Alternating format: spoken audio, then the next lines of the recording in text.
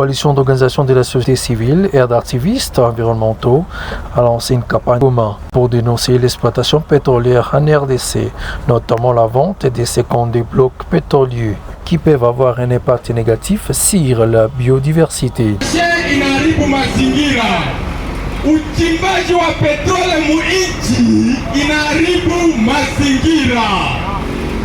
Leo kesho tukitaka tuboreshe maisha yetu kuwa safi, sharti tulinde vema mazingira yetu. Nzuri, tuepuke kuharibisha mazingira, tuepuke kukata miti, tuepuke kuharibu lake Kivu.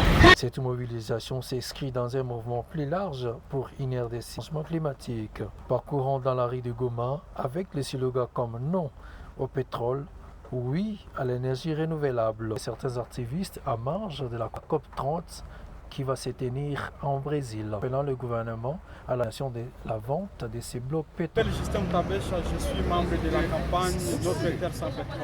À marge de la COP30 qui va se tenir au Brésil, la campagne Notre Terre sans pétrole est en train de mobiliser toute la population congolaise et toute la population du monde sur l'urgence des autorités congolaises d'annuler le nouveau appel d'offres de 52 blocs pétroliers qui a été lancé par le nouveau ministre des Hydrocarbures.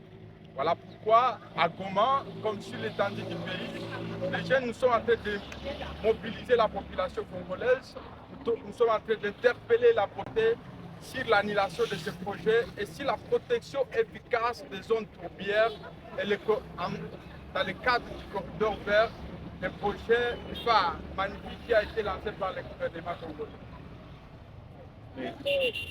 Pour la ville de Goma, vous le savez bien, c'est une ville de la province du Nord Kivu.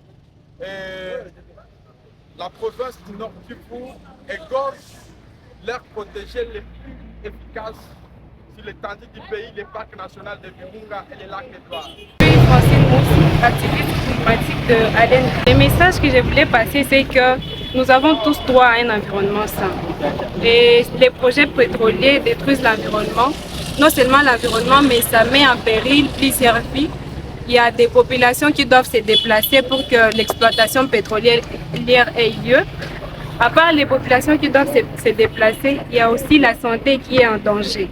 Alors aujourd'hui, j'ai participé à cette activité pour essayer un peu de conscientiser nos autorités, mais aussi appeler d'autres jeunes, appeler les commerçants, les mamans, les universitaires et tous les jeunes, parce que la question environnementale nous concerne tous. Moi, c'est Baraka, je suis activiste écologique et du mouvement Laudato Si. Les autorités de respecter la Constitution, surtout à son article 53, et aider de notre pays.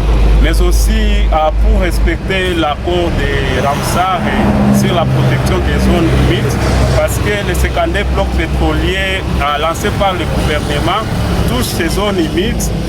Mais aussi ça viole les accords de Paris et aussi ça viole les cadres internationaux comme celui de l'UNESCO sur la protection de la biodiversité. Rappelons que cette mobilisation illustre la montée en puissance des mouvements écologistes en Afrique centrale, les défis politiques et économiques.